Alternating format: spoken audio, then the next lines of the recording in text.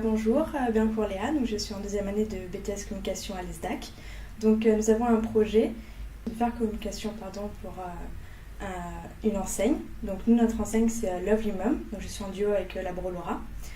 Donc Lovely Mom est dirigée par Perrine Lubrano, c'est en fait un magasin d'accessoires et de vêtements pour femmes enceintes, femmes enceintes et aussi les enfants de 3 mois à 4 ans.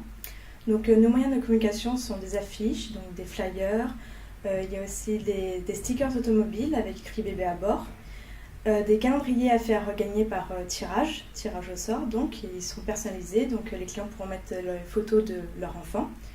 Et aussi un événement, donc en partenariat avec The Provence Shop, qui est un magasin juste à côté de Lovely Mom. Donc en fait l'événement sera un défilé, donc de femmes enceintes si elles le désirent, ou avec info-vente éventuellement.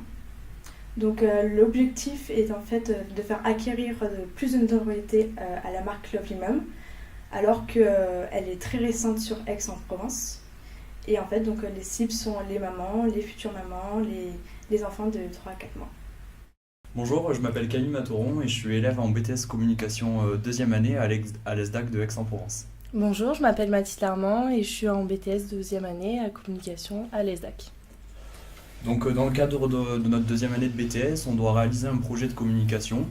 Donc on a dû choisir une entreprise avec nos propres moyens et donc lui réaliser un projet de communication de A à Z. Donc nous on a choisi une boutique d'équipement d'équitation qui s'appelle Sud Équitation, qui est basée dans les Alpes, à Manosque. Donc c'est une boutique qui est née il y a 18 ans, qui a une large gamme de clients. Donc ça va du cavalier de compétition au cavalier du dimanche. Donc il y a vraiment une très grande variété dans sa clientèle. Et les valeurs de Sud Équitation sont vraiment la proximité qu'il y a entre la propriétaire de la boutique qui s'appelle Marilyn avec ses clients. Ça devient presque une relation amicale à ce jour. Voilà, donc du coup, on a tiré que la problématique serait comment attirer de nouveaux clients, sachant que la population change chaque année de 20%, tout en fidélisant les clients actuels. La cible principale, ça va être les jeunes, donc jusqu'à 30 ans. Après, nous avons notre cœur de cible qui sont donc les enfants de 6 à 15 ans. Après, en cible secondaire, donc nous aurons les décideurs d'achat, qui seront les mères de famille, bien évidemment. Et après, en cible relais, nous avons les journalistes locaux. Donc là, on va vous expliquer tous nos moyens de communication qu'on vient mettre en place. Donc on a dû en réaliser 5. Donc je vais vous expliquer les 3 premiers. Donc la plus grosse partie de notre boulot, ça va être de bosser sur l'événementiel de Sud Équitation. Donc on va fêter les 18 ans de la boutique en organisant une grande fête au sein même de la boutique, avec tous les clients, les cavaliers de la boutique, les amis de la propriétaire. Ensuite, on va faire quelque chose de plus intimiste pour une dizaine de clients privilégiés qui représentent vraiment le chiffre d'affaires de la société. Donc là, on va organiser des ventes privées avec une présentation en privé des nouvelles collections printemps-été 2015. Et dernièrement, dans l'événementiel, on va faire aussi des rendez-vous pour les professionnels avec donc des réductions très attractives pour leur. Donc la deuxième partie de nos moyens de communication, ça concerne tout ce qui est print et objets promo. Donc là, on va recréer des chèques cadeaux qui étaient déjà créés au sein de l'entreprise, on va les remettre en forme. On va refaire l'enseigne du magasin qui est à ce jour pas très attrayante, on va essayer de la rendre un peu plus vivante. On va aussi créer des autocollants, donc tout ça c'est une partie goodies un peu qu'on peut offrir aux clients de Sud Équitation. Donc il y aura des autocollants, des t-shirts principalement et des casquettes aussi. Et dernièrement, on va créer des flyers justement pour pouvoir un peu prospecter au sein des centres équestres de la région. Voilà. Et donc on a une partie aussi de relations presse. Donc là c'est tout ce qui est, on va essayer de convaincre les journalistes du 04. Donc c'est La Provence et Haute-Provence Info comme journal. Donc de faire un article sur Sud Équitation et donc justement de cette nouvelle communication qui se met en place pour la boutique. Et donc sur nos 2 derniers moyens, nous avons ciblé Internet. Donc avec les pages jaunes, nous savons qu'il y a une vitrine qui est possible de mettre en ligne. Donc on va lui faire une vitrine comme ça, au moins quand on rechercheront sur les pages jaunes, les clients pourront voir les objets qu'elle peut proposer en boutique. Nous avons aussi Instagram où nous avons nous allons mettre en place en fait un concours où des enfants pourront mettre leurs dessins en ligne. Et après, nous avons sur le marketing direct des newsletters que nous enverrons aux clients. Je suis Satoulanik, étudiante en deuxième année en BTS Communication à l'ESDAC. Dans le cadre de ma formation, nous organisons en duo un projet de communication pour la marque Ancêtre. Ancêtre est une marque de vêtements et d'accessoires créée en 2008 par un jeune créateur africain qui s'appelle Philippe de Souza. Et elle voudrait aujourd'hui accroître sa visibilité et aussi augmenter sa notoriété. Pour ce faire, nous avons décidé de lui créer un site internet, aussi des réseaux sociaux tels que Instagram, Facebook, Twitter et Viadeo qui est un réseau professionnel pour lui. Nous comptons également lui créer des cartes de visite qu'il pourra donner à ses collaborateurs. À ce sens, on ne s'arrête pas là, nous allons lui organiser un événement qui consistera à faire un flash mob avec une école de danse sur Aix-en-Provence et qui se terminera par un showroom qui se tiendra à la galerie d'art de l'ESDAC, voilà, au cours duquel nous allons faire un cocktail dînatoire. Nous allons mettre les vêtements et les accessoires qu'il a créés qui seront exposés, donc les participants ils pourront voir. Nous comptons également lui créer un catalogue qui sera distribué à des multimarques sur Aix-en-Provence qui seront susceptibles de vendre la marque, pourquoi pas, mais aussi nous réaliserons des relations presse avec des journaux locaux. Donc, bonjour, nous sommes donc Léa Turin et Laurie Charbonnier. Donc, dans notre cadre de nos études, nous avons un projet personnel à réaliser.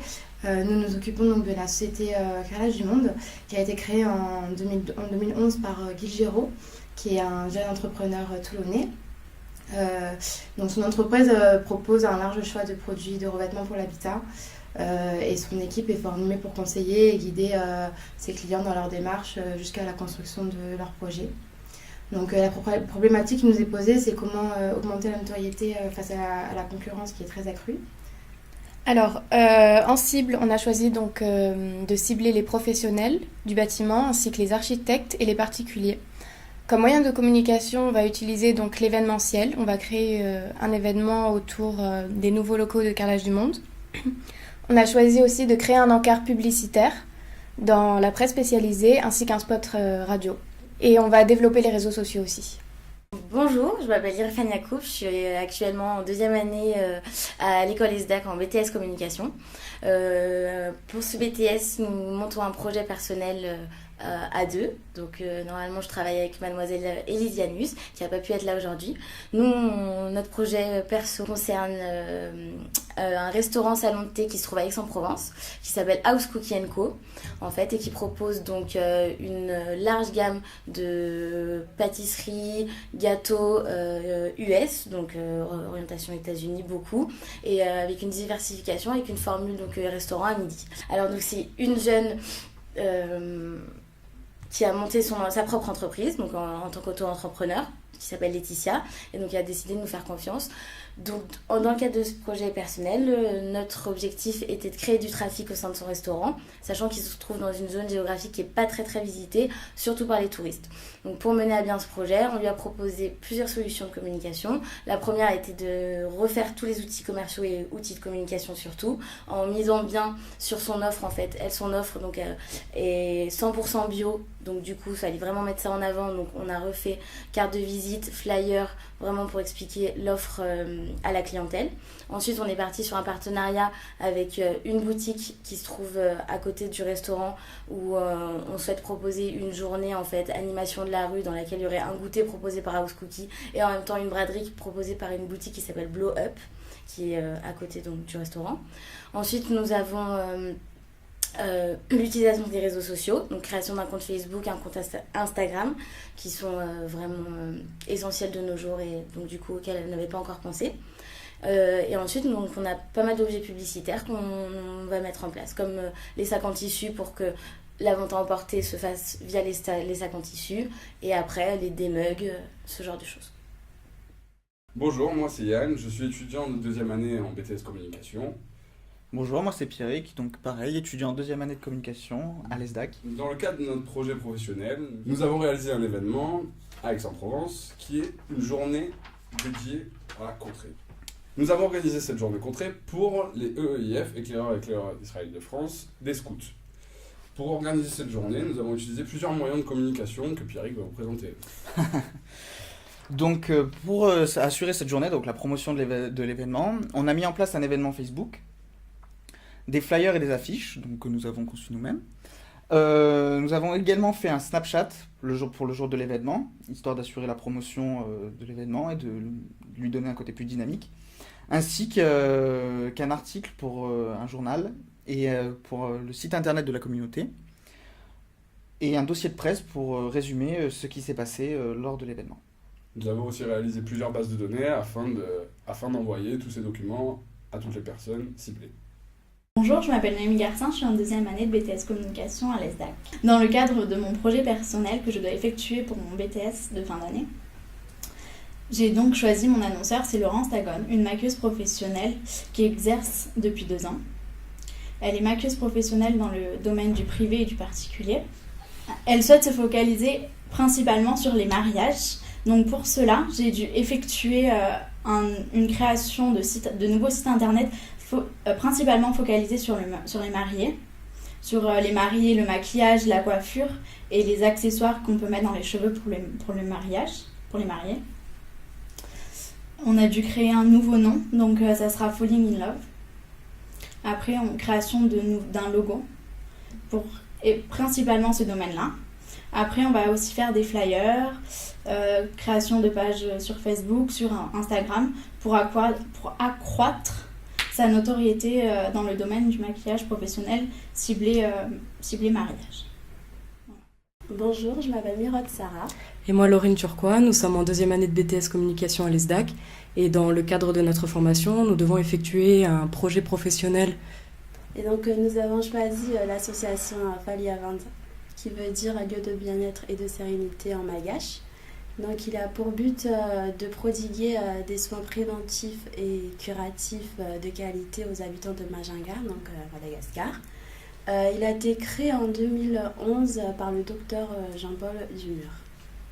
Alors pour cela, nous allons mettre en place différents moyens de communication tels que Snapchat, Instagram, les réseaux sociaux ou encore l'utilisation de la presse afin de promouvoir l'événement qu'on va faire. De plus, on va également faire une carte commerciale et un dépliant à 6 volets afin d'augmenter la notoriété de l'association.